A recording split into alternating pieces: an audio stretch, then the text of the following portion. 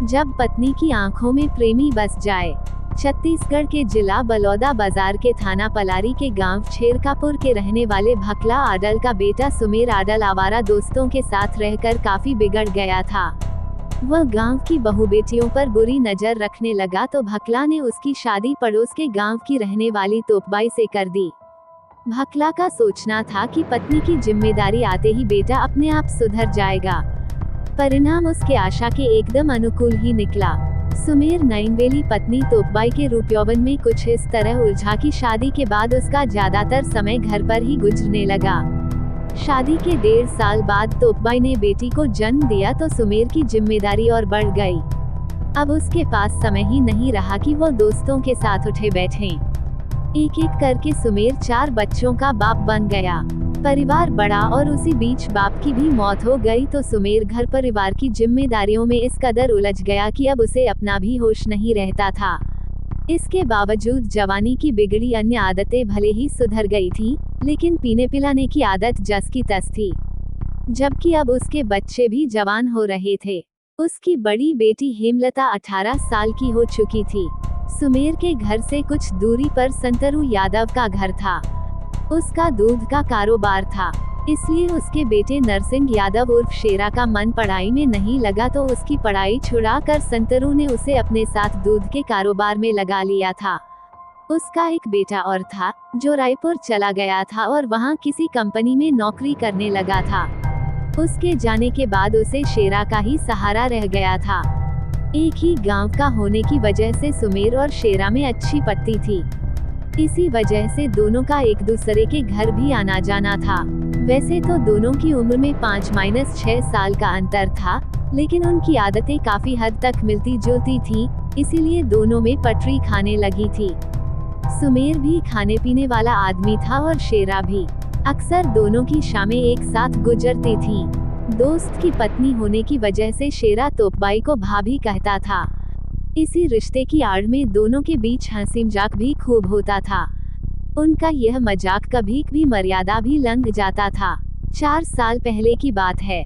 गर्मी के दिन थे। शेरा अपनी भैंसों को नहलाने के लिए रोजाना दोपहर को गांव के दक्षिण में जायसवाल आरा मिल से थोड़ी दूर स्थित ठाकुरबिया तालाब पर ले जाता था। उस दिन शेरा ने अपनी भैंसों को पानी में उतारा ही था कि उसकी नजर तालाब के दूसरे घाट पर नहा रही तोपबाई पर पड़ी। वह साड़ी उतारकर सिर्फ पेटीकोट और ब्लाउज में नहा रही थी। शेरा ने सोचा तोपबाई उसे देखकर या तो पानी में बैठ जाएगी या निकलकर साड़ी लपेट लेगी, लेकिन जब उसने ऐसा कुछ नहीं किया तो शेरा की आंखों में चमक आ गई। शेरा को अचानक शरारत सूझी और वह अपनी भैंसों को धीरे धीरे उसी ओर खदेड़ ले गया जिधर तोपबाई नहा रही थी। तोपबाई को लगा उसकी भैंसें अपने आप आ गई हैं, इसलिए वो खामोश रही। शेरा ने भैंस के ऊपर पानी डालने के बहाने एक अंजोली पानी तोपबाई के ऊपर भी उछाल दिया। तोपबाई के भीगे खुले अंग धूप में कुंदन की तरह चमक रहे थे। उस स्थिति में वह कुछ ज्यादा ही सुंदर लग रही थी। पहली बार तो तोपबाई कुछ नहीं बोली, लेकिन जब उसने दोबारा यही हरकत की तो वह उसकी शरारत भांप गई। बिल्लोरी आंखों से शेरा को घूरते हुए बोली, क्यों शेरा, तुम्हें दिखाई नहीं दे रहा है क्या कि मैं नहा रही हूँ? क्यों नहीं दिखाई दे रहा है भाभी? पानी में भीगकर इस धूप में तो आप कुंदन की तरह चमक रही हैं। तुम मेरे ऊपर पानी क्यों उछाल रहे हो? तोपबाई ने मुस्कुराते हुए कहा, भाभी, मैं पानी आपके ऊपर नहीं, भैंसों के ऊपर उछाल रहा था, जिससे उनकी गर्मी थोड़ी शांत हो जाए। उसी में से थोड़ा पानी आप पर भी चला गया होगा। शेरा ने सफाई दी, भैंस ही नहलाना था तो उधर ही नहला लिया होता।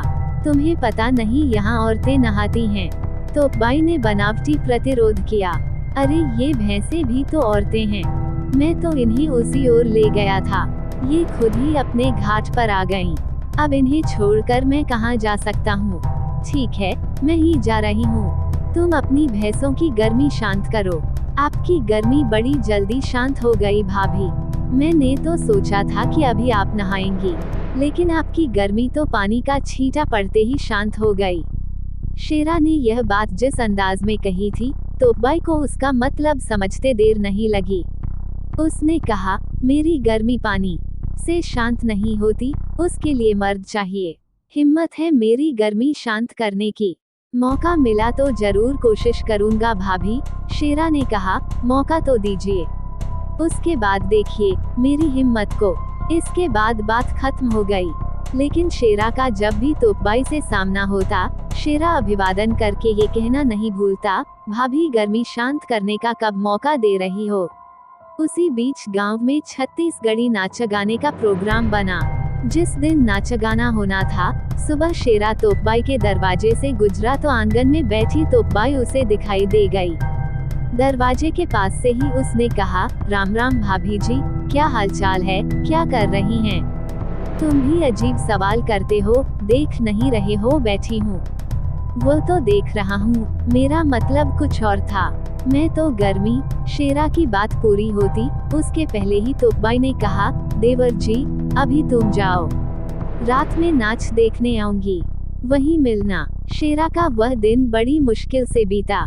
रात 10 बजे के बाद नाच गाना शुरू हुआ तो तोपबाई ने सुमेर से कहा, चलो नाच देखने नहीं चलोगे क्या? तुझे नाच देखने का बड़ा शौक है तो तू जा, अभी मेरा मन नहीं है। नाच पूरी रात चलेगी, मन होगा तो आ जाऊंगा, सुमेर ने कहा। तोपबाई तो यही चाहती थी, इसलिए वह तुरंत निकल गई। वह नाच देखने थोड़े ही गई थी, वह तो शेरा से मिलने गई थी, इसलिए वहां पहुंचते ही शेरा को खोजने लगी। शेरा भी उसी को खोज रहा था, इसलिए उन्हें मिलने में देर नहीं लगी। मिलते ही शेरा उसे गांव के बाहर बने स्कूल में ले गया। प्रोग्राम पहले से ही तय था, इसलिए शेरा पहले ही वहां दरी बिछा आया था। दरी पर बैठते हुए तोपबाई ने कहा, शेरा मैं ज्यादा देर तक रुक नहीं सकती, इसलिए जो भी करना है जल्दी करो। अगर सुमेर नाच देखने आ गया तो मुझे वहां न पाकर शक करेगा। वैसे भी वह बड़ा शक्की आदमी है। भाभी जी आप उसकी चिंता ना करो, मैं हूं ना, मैं सब संभाल लूंगा। आखिर मेरी उससे दोस्ती जो है। शेरा भी कहाँ समय गंवाना चाहता था, इसलिए उसने तोपबाई को बाहों में भर लिया। इसके बाद वासना का ज्वर उमड़ा तो जल्दी ही शेरा को एहसास हो गया कि तोपबाई सचमुच हुस्न के गोले छोड़ने वाली तोप है। वासना का तूफान शांत हुआ तो अधखुली आंखों से शेरा की ओर देखते हुए तोपबाई ने कहा, शेरा आज मैं तुम्हारी कायल हो गई, तुमने सचमुच मेरी गर्मी शांत कर दी। भाभी तुम भी कम नहीं हो, मेरे भी छक्के छुड़ा दिए, शेरा ने कहा। कपड़े ठीक करते हुए तोपबाई उठी, अब मुझे चलना चाहिए, लेकिन जाने से पहले एक बात का जवाब जरूर चाहूंगी, कहीं तुम मुझे मंझधार में तो नहीं छोड़ दोगे? मैंने अपनी इज्जत तुम्हारे हवाले कर दी है। भाभी जैसा तुम सोच रही हो वैसा कुछ भी नहीं होगा। हमारे तुम्हारे बीच आज जो संबंध बने हैं वह ताउम्र बने रहेंगे। भले ही हम दोनों बूढ़े हो जाएं, पर हमारा प्यार जरा भी कम नहीं होगा। तुम्हें चिंता करने की जरूरत नहीं है। कभी भी तुम्हें किसी भी चीज की जरूरत हो मुझसे बेहिचक कहना, मैं तुम्हारी हर जरूरत पूरी करूंगा। इच्छा पूरी होने के बाद शेरा अपनी राह चला गया तो तोपबाई अपनी राह। इसके बाद दोनों को जब भी मौका मिलता कहीं न कहीं जिस्मानी भूख शांत कर लेते। यह ऐसा संबंध है जो किसी भी तरह छिपाए नहीं छिपता। शेरा और तोपबाई के भी संबंधों की जानकारी सभी को हो गई। मजे की बात ये थी कि तोपबाई जहां 4 बच्चों की मां थी, वहीं उसका प्रेमी शेरा भी 2 बच्चों का बाप था। उसकी पत्नी संतोषी को तीसरा बच्चा होने वाला था। जब इस बात की जानकारी संतोषी को हुई तो उसने पूरा घर सिर पर उठा लिया। उसने शेरा को समझाया भी, लेकिन उस पर पत्नी के समझाने का कोई असर नहीं पड़ा।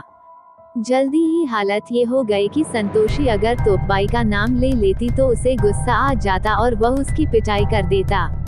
दूसरी ओर सुमेर भी पत्नी की बदचलनी से शर्मिंदा था, लेकिन उसे शराब की ऐसी लत लगी थी कि वह अपनी कमाई का आधे से ज्यादा पैसा शराब में उड़ा देता था। तोपबाई जब भी समझाने का प्रयास करती, उसे 4 बातें सुननी पड़ती। घर में बच्चे बड़े हो चुके थे, इसलिए सुमेर तोपबाई पर सख्ती नहीं कर पा रहा था। शायद इन्हीं वजहों से तोपबाई और शेरा के संबंधों में कोई रुकावट नहीं आई। जब पानी सिर से ऊपर जाने लगा तो सुमेर ने तोपबाई के घर से बाहर निकलने पर पाबंदी लगा दी। वो खुद तो उस पर नजर रखता ही था, इस काम में बेटी भी उसकी मदद करती थी। सुमेर और बेटी की निगरानी से तोपबाई परेशान हो उठी। अब वो पहले की तरह शेरा से नहीं मिल पा रही थी। शेरा भी तोपबाई से मिलने के लिए बेचैन रहता था। शेरा को पता था कि सुमेर ने उस पर घर से बाहर निकलने पर पाबंदी लगा रखी है। दोनों की छटपटाहट बढ़ी तो एक दिन तोपबाई ने कहा, शेरा, अगर तुम चाहते हो कि मैं पूरी तरह से तुम्हारी हो जाऊं तो तुम्हें सुमेर को रास्ते से हटाना होगा। शेरा भी तोपबाई के लिए बेचैन था, इसलिए वह इसके लिए भी तैयार हो गया। 25 जुलाई 2014 को शेरा के एक रिश्तेदार के बेटे का जन्मदिन था। शेरा जन्मदिन की पार्टी में शामिल होकर रात 9 बजे के आसपास घर लौट रहा था, तभी बजरंग चौक के पास उसकी मुलाकात सुमेर से हो गई। उसे देखते ही शेरा के दिमाग में उसे ठिकाने लगाने का विचार आ गया। उसने उसके पास जाकर कहा, सुमेर भाई, लगता है आजकल आप मुझसे नाराज चल रहे हैं, इसीलिए मेरे साथ बैठकर खाते पीते नहीं हैं। बहुत दिनों बाद मिले हो तो चलो आज साथ बैठकर एक एक पैग पी लेते हैं। सुमेर शराब पिए था, लेकिन शराब उसकी कमजोरी बन चुकी थी, इसलिए वह मना नहीं कर सका। शेरा ने उसे अपनी मोटरसाइकिल नंबर CG04JF5513 पर बैठाया और बलौदा बाजार की ओर चल पड़ा। उस समय रात के 10 बज रहे थे।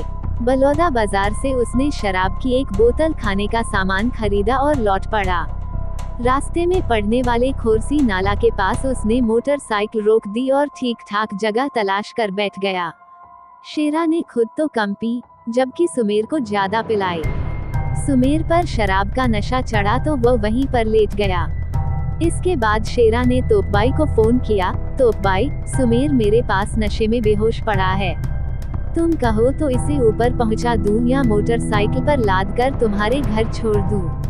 अब मैं बताऊंगी कि उसका क्या करना है।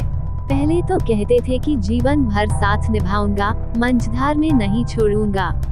अब मुझसे पूछ रहे हो कि क्या करूं?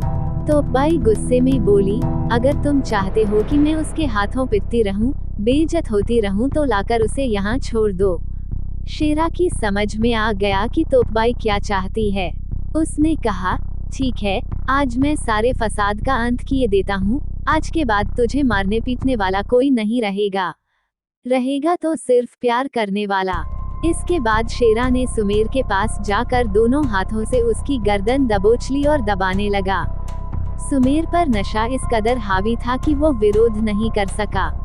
उसने हाथ पैर पटक कर दम तोड़ दिया। सुमेर मर गया तो शेरा उसके दोनों पैर पकड़कर उसे घसीटते हुए नाले के पास ले गया और उसकी लाश को उठाकर नाले में फेंक दिया। इसके बाद निश्चिंत होकर अपने घर चला गया। 26 जुलाई 2014 की सुबह खोरसी नाले से सटे गांव मगरचबा के रहने वालों ने नाले में लाश देखी तो इसकी जानकारी कोतवाली बलौदा बाजार को दी। सूचना पाते ही कोतवाली प्रभारी प्रमोद सिंह दलबल के साथ घटनास्थल पर पहुंच गए। थाने से निकलते समय थाना प्रभारी ने ये जानकारी एसपी अभिषेक शांडिल्य के अलावा एएसपी वी.पी. राजभानु को भी दे दी थी। लाश पानी में पेट के बल पड़ी थी। थाना प्रभारी ने गांव वालों की मदद से वह लाश बाहर निकलवाई। लाश देखकर ही लग रहा था कि उसे रात में ही पानी में फेंका गया था। वहां मौजूद लोगों से पुलिस ने लाश की शिनाख्त करानी चाहिए तो कोई भी उसकी शिनाख्त नहीं कर सका। थाना प्रभारी प्रमोद सिंह घटनास्थल और लाश की जांच कर रहे थे कि एसपी अभिषेक शांडिल्य एवं एएसपी वी.पी. राजभानु भी आ गए। इसके बाद घटनास्थल की सारी औपचारिकताएं करके लाश को पोस्टमार्टम के लिए भिजवा दिया गया। इसके बाद थाना प्रभारी प्रमोद सिंह ने थाने लौटकर हत्या का मुकदमा दर्ज कराया और यह पता लगाने लगे कि 2-3 दिनों में कहीं कोई गुमशुदगी तो दर्ज नहीं हुई। उन्हें पता चला कि थाना पलारी में थोड़ी देर पहले ही एक महिला तोपबाई आई थी, जिसका पति सुमेर आडल पिछले दिन से गायब है। तोपबाई ने अपने पति का जो हुलिया बताया था, वह लावारिस लाश के हुलिये से मेल खा रहा था। इसके बाद थाना प्रभारी प्रमोद सिंह ने तोपबाई को पोस्टमार्टम हाउस बुलवा लिया। पोस्टमार्टम हाउस में तोपबाई को नाले में मिली लाश दिखाई तो वह जोर जोर से रोने लगे। इससे साफ हो गया कि मृतक उसका पति सुमेर आडल था। पोस्टमार्टम के बाद लाश तोपबाई को सौंप दी गई। थाना प्रभारी प्रमोद सिंह ने जांच शुरू की तो पता चला कि तोपबाई का गांव के ही शेरा यादव से अवैध संबंध था। इस बात को लेकर सुमेर आए दिन उसकी पिटाई करता रहता था। थाना प्रभारी प्रमोद सिंह ने तोपबाई और शेरा यादव को थाने बुलवा लिया। दोनों से अलग अलग सख्ती से पूछताछ की गई तो सुमेर की हत्या का सारा राज सामने आ गया। शेरा यादव ने स्वीकार कर लिया कि सुमेर की पत्नी तोपबाई के साथ पिछले कुछ सालों से उसके अवैध संबंध थे। उसी के कहने पर उसने उसके पति सुमेर की हत्या कर लाश नाले में फेंक दी थी। सुमेर की हत्या का खुलासा होने के बाद थाना प्रभारी प्रमोद सिंह ने अज्ञात की जगह शेरा और तोपबाई को नामजद कर अदालत में पेश किया, जहां से उन्हें जेल भेज दिया गया। तोपबाई को जहां रायपुर की जिला जेल में रखा गया है, वहीं शेरा को बलौदा बाजार जिला जेल भेजा गया है।